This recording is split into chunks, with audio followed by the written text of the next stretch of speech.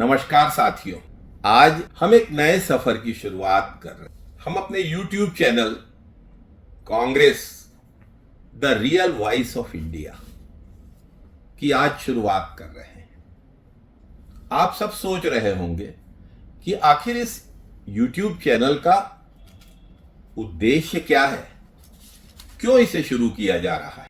हमारा उद्देश्य इस YouTube चैनल के माध्यम से देश के लिए कांग्रेस के द्वारा किए गए कार्यों को, त्याग को, तपस्या को और बलिदान को आपके साथ साझा करना है। कांग्रेस की क्या पहचान, त्याग, तपस्या और बलिदान।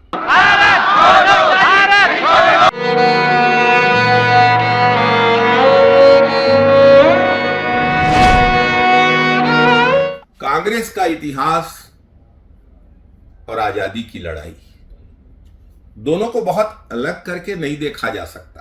1885 में कांग्रेस की स्थापना हुई। उस समय जिन लोगों ने कांग्रेस का नेतृत्व किया, उन महान विभूतियों का स्मरण करना हम सब के लिए गौरव की बात है। बहुत विनम्रता के साथ उन महान पुरुषों के स्मरण के साथ हम अपनी बात शुरू करेंगे। भारत के लोगों का अपार स्नेह और कांग्रेस पार्टी की गौरवशाली परंपराओं में एक अद्भुत सामंजस्य रहा है। लोगों के कांग्रेस के प्रति स्नेह ने और कांग्रेस की त्याग, तपस्या और बलिदान ने देश को ताकत प्रदान करने का काम किया है।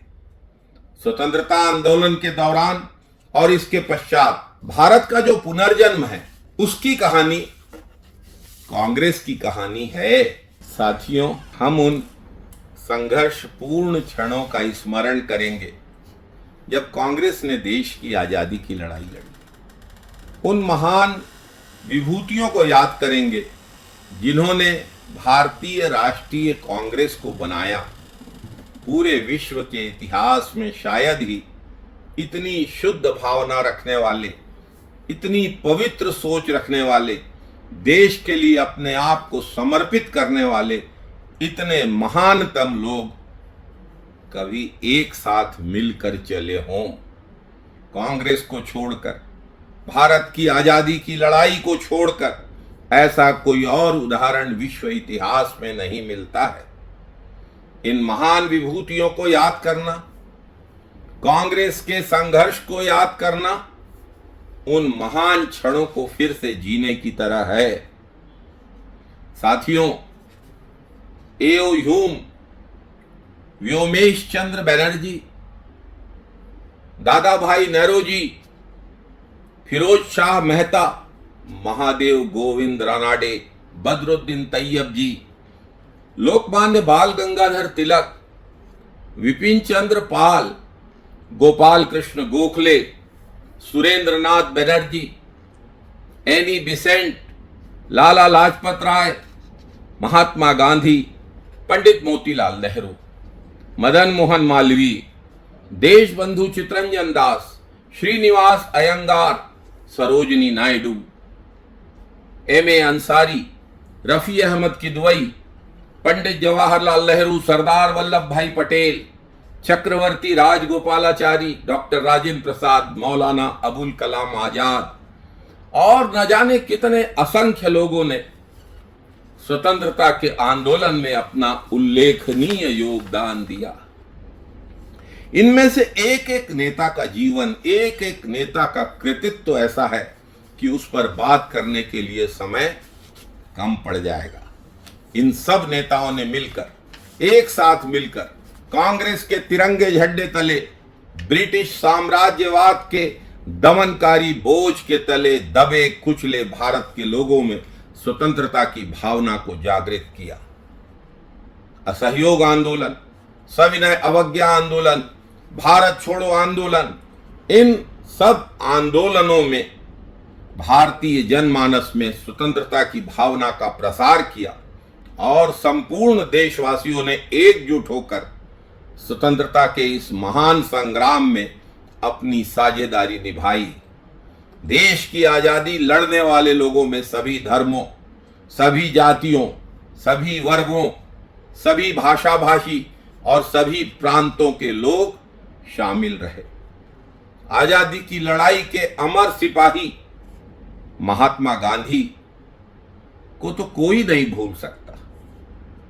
महात्मा गांधी भारत की आत्मा में जन्मे, भारत की परंपराओं में पले बढ़े, इस प्राचीन देश की महान परंपराओं का सच्चा प्रतिनिधित्व करने वाले एक ऐसे महापुरुष थे जिनका जीवन एक महाग्रंथ की तरह है, जिन्होंने शोषितों के जीवन में परिवर्तन लाने के लिए संघर्ष किया, डर और घृणा से शोषितों को मुक्ति दिलाई, इतिहास के सबसे बड़े शांतिपूर्ण जन आंदोलन का सूत्रपात किया, नेतृत्व किया और उस आंदोलन को अंजाम तक पहुंचाया। उनके इशारों पर करोड़ों भारतीयों ने मानवीय गरिमा के साथ अपनी आवाज बुलंद की। इस अभूतपूर्व संघर्ष में उनके साथ सम्मिलित हुए। महात्मा गांधी को हमारे पूरे समाज के पुनर्निर्माण से कम कुछ भी स्वीकार्य नहीं था। चंपारण के मजदूर, गरीब किसानों, अहमदाबाद के कपड़ा मिल मजदूरों और भारत के साथ भारत ने क्या किया, इन प्रश्नों के उत्तर भारतीय राष्ट्रीय कांग्रेस की कहानी में मिलते हैं, मिलेंगे।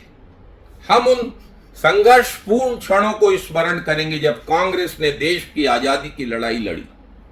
उन महान विभूतियों को याद करेंगे जिन्होंने भारतीय राष्ट्रीय कांग्रेस को बनाया।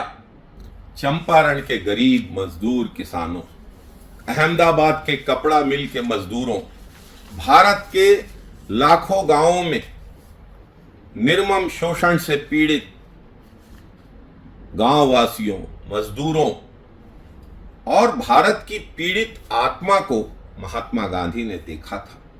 भारत की सामाजिक व्यवस्था में दलितों, महिलाओं और गरीबों के उत्पीड़न की पीड़ा को महात्मा गांधी ने गहराई से महसूस किया था। महात्मा गांधी ने गुलामी की बेड़ियों से जकड़ी हुई भारत माता को आजाद कराने का अभूतपूर्व संघर्ष किया। इस संघर्ष का नेतृत्व किया। देश की आजादी की लड़ाई ने देश में महिलाओं की स्थिति को बदल कर रख दिया। महिलाएं देश की आजादी की लड़ाई में पुरुषों के कंधे से कंधा मिलाकर लड़ी। इस प्रक्रिया में महिलाओं को बांधे रखने वाली सामाजिक बेड़ियां टूटकर दूर जा गिरी। कानूनी सुरक्षा उपाय और बंधन तो बाद में आए महिलाओं की सुरक्षा के लिए, लेकिन महात्मा गांधी ने देश की आजादी की लड़ाई में भूमिका के द्वारा और सामाजिक परिवर्तन के द्वारा महिलाओं को उत्पीड़न और आजादी से मुक्त किया। दूसरे देशों को इसे प्राप्त करने में शताब्दियां लग गई, लेकिन हमारी आजादी की लड़ाई ने कुछ ही दशकों में देश में महिलाओं की स्थिति को बदल कर रख दिया। कांग्रेस ने सदैव देश हित को सर्वोपरि रखा। कांग्रेस के सिपाही देश की आजादी की लड़ाई में शहीद हुए, जेल गए, अंग्रेजों के अत्याचार सहे, लेकिन कभी अपने कर्तव्य पथ से विमुख नहीं हुए। राष्ट्रपिता महात्मा गांधी के नेतृत्व में सारा देश एकजुट होकर इस आजादी के संघर्ष में शामिल था।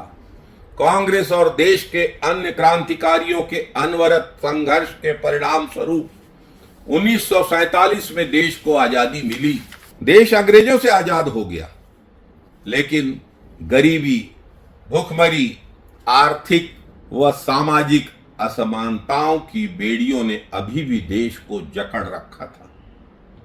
कांग्रेस ने इन बेड़ियों से भी देश को आजाद कराने की जिम्मेदारी उठाई। देश के पहले गृह मंत्री सरदार वल्लभ भाई पटेल ने 562 रियासतों का एकीकरण कर भारत को समृद्ध और विशाल स्वरूप प्रदान किया। अलग अलग भागों में बटे हुए प्रांतों को एकता के सूत्र में पिरोया। सरदार पटेल के कुशल नेतृत्व और दूरदर्शिता से देश के प्रशासनिक, राजनीतिक और सांस्कृतिक मुद्दों का हल निकाला गया। बिखरे हुए भारतीय राज्यों को एक करके भारत को संघीय स्वरूप प्रदान किया गया। सरदार पटेल को इसीलिए तो लौह पुरुष के रूप में हम लोग सब याद करते हैं। पंडित जवाहरलाल नेहरू देश के प्रथम प्रधानमंत्री थे, जिन्होंने देश की आर्थिक, औद्योगिक और शैक्षणिक स्थिति को मजबूत करने के लिए महत्वपूर्ण कार्य किया। राष्ट्र के सतत विकास के लिए उन्होंने योजना आयोग और पंचवर्षीय योजना की संरचना रची। पंचवर्षीय योजनाओं में कृषि और उद्योग को सर्वोच्च प्राथमिकता दी गई। देश में अनाज का भंडार बनाया गया। शैक्षणिक रूप से भारत को मजबूत बनाने के लिए IIT, IIM, एम्स, CSIR जैसे संस्थान स्थापित किए गए। Bhilai steel plant, BHEL, BPCL जैसे अनेक छोटे बड़े उद्योग और कारखाने स्थापित हुए, जिससे लोगों को रोजगार मिला। देश में आर्थिक सुदृढ़ता आई। हीराकुंड, भाखड़ा, नंगल जैसे विशाल बांधों का निर्माण किया गया। 1962 में भारत चीन युद्ध में चीन ने जो धोखा दिया था भारत को, उससे अभी देश उबरा नहीं था कि पंडित नेहरू की मृत्यु हो गई। पंडित नेहरू की मृत्यु से देश को गहरा आघात लगा। उस समय सादगी और स्वाभिमान के प्रतीक लाल बहादुर शास्त्री जी ने देश की बागडोर संभाली। शास्त्री जी ने देश का नेतृत्व उन परिस्थितियों में किया जब देश में अनाज की कमी थी और सीमा पर हम दुश्मन से लड़ रहे थे। 1965 के युद्ध में विषम परिस्थितियों के बावजूद पाकिस्तानियों को करारी शिकस्त हमारी सेना ने दी। कांग्रेस के नेताओं ने, कांग्रेस के कार्यकर्ताओं ने लगातार देश की सेवा का काम किया है। इंदिरा गांधी, राजीव गांधी, PV नरसिम्हा राव, डॉक्टर मनमोहन सिंह जैसे कांग्रेस के नेताओं ने लगातार देश के विकास के काम को जारी रखा। देशवासियों के जीवन में कांग्रेस की सरकारों ने सकारात्मक परिवर्तन लाने का काम किया है। इंदिरा गांधी ने बैंकों का राष्ट्रीयकरण करके मजदूरों को, किसानों को बैंकिंग की सेवाओं से जोड़ा। प्रीवी पर्स को समाप्त किया। पाकिस्तान के दो टुकड़े करके विश्व को एक बार फिर भारत के सामर्थ्य से परिचित कराया। ये गौरव की बात है कि कांग्रेस की नेता, एक महिला प्रधानमंत्री ने, दूसरे नेता तो इतिहास बदलते हैं, इंदिरा जी ने भूगोल तक बदलने का काम किया और पाकिस्तान के दो टुकड़े कर दिए। राजीव गांधी जी ने युवाओं को वोटिंग राइट्स दिया, 18 वर्ष का मताधिकार लागू किया। संचार क्रांति, कंप्यूटर क्रांति के माध्यम से देश में एक नए युग का सूत्रपात किया। देश को 21वीं सदी में ले जाने का काम राजीव गांधी ने किया।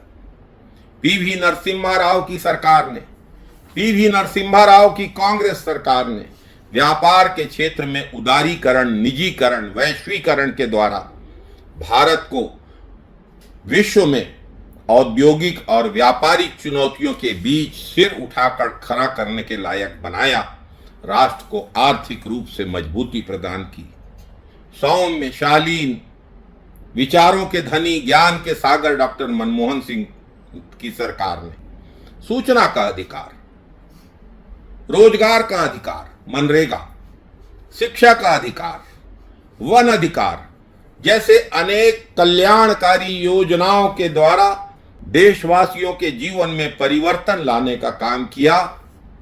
देशवासियों को अधिकार संपन्न बनाया कांग्रेस की सरकार ने। कांग्रेस ने हमेशा ग्रामीण क्षेत्रों के विकास को सर्वोच्च महत्व दिया। कांग्रेस की सरकारों ने ग्रामीण क्षेत्रों के लिए अनेक योजनाएं समय समय पर चालू की, जैसे राष्ट्रीय ग्रामीण रोजगार योजना, प्रधानमंत्री आवास योजना, ग्रामीण स्वास्थ्य योजना। इन योजनाओं के माध्यम से ग्रामीण क्षेत्रों में आर्थिक और सामाजिक सुधार का काम हुआ। स्वतंत्रता के पहले देश की आजादी की लड़ाई के द्वारा, स्वतंत्रता के बाद देश के नवनिर्माण करने में और वर्तमान में भी कांग्रेस लगातार राष्ट्र हित में काम कर रही है। अपने 138 वर्षों के इतिहास में कांग्रेस ने लगातार भारत को विश्व स्तर पर गौरवान्वित किया। आज पूरी दुनिया में भारत के लोकतंत्र की और भारत के संविधान की मिसाल दी जाती है। भारत के कई प्रधानमंत्री और भारत के कई मंत्री विदेशों में भी और देश में भी लगातार उल्लेखनीय कार्य के लिए जाने जाते हैं। ग्रामीण विकास, कृषि, शिक्षा, स्वास्थ्य, प्रौद्योगिकी, इनकी वजह से भारत ने विकास की नई ऊंचाइयों को छूने का काम किया है। लेकिन आज देश विकट परिस्थितियों से गुजर रहा है। त्याग, तपस्या और बलिदान को और कांग्रेस को अपमानित किया जा रहा है। एक विशेष विचारधारा के समूह के लोगों के द्वारा लगातार ओछी हरकतें और झूठा प्रचार किया जा रहा है। उनके द्वारा सोशल मीडिया के माध्यम से लगातार कांग्रेस की और देश के महान नेताओं की, आजादी की लड़ाई के सिपाहियों की छवि धूमिल करने का कुत्सित प्रयास किया जा रहा है। देश में 2014 के बाद व्हाट्सएप यूनिवर्सिटी का एक नया तंत्र आरंभ हुआ है। इस व्हाट्सएप यूनिवर्सिटी पर फोटोशॉप के द्वारा और दिगर तरीके से भी सुबह शाम झूठी खबरें फैलाई जा रही हैं। आज झूठे तथ्यों के माध्यम से गांधी को, नेहरू को, कांग्रेस को बदनाम करने की साजिशें रची जा रही हैं। जिनके पास खुद का कोई इतिहास नहीं है, जिनके पास जनता को बताने के लिए अपनी कोई उपलब्धि नहीं है, जिनके पास देश के विकास की कोई सोच नहीं है, ऐसे लोग आज देश की इन महान विभूतियों के संघर्षमय जीवन को धूमिल करने की षड्यंत्र में लगे हुए हैं। साथियों, इस YouTube चैनल के माध्यम से हम इन व्हाट्सएप यूनिवर्सिटी के झूठे और भ्रामक प्रचार का पर्दाफाश करेंगे, इनको एक्सपोज करेंगे, आपको इस देश की विरासत और देश के असली इतिहास की जानकारी देंगे। हमारा देश तो एक खूबसूरत बाग की तरह है जिसमें अलग अलग रंग के फूल हैं। किसी शायर ने कहा है, चमन में इत्तिफाक के रंगोबू से बात बनती है। तुम ही तुम हो तो क्या तुम हो, हम ही हम हैं तो क्या हम हैं। लेकिन कुछ लोग इस बाग में सिर्फ एक रंग का फूल देखना चाहते हैं। इस खूबसूरत बाग से हमारी विरासत, हमारी साझी विरासत, हमारी गंगा जमुनी तहजीब, हमारी धरोहर, हमारी सामाजिक समरसता को उजाड़ने में लगे हुए हैं। मैं निवेदन करता हूं आप सबसे, इस चैनल से जुड़िए, व्हाट्सएप यूनिवर्सिटी के झूठ के खिलाफ इस अभियान में सहयोग दीजिए। हम सब एक साथ मिलकर झूठ और नफरत के खिलाफ लड़ेंगे। नफरत हारेगी, मोहब्बत जीतेगी। धन्यवाद। जय हिंद, वंदे मातरम, जय जोहार।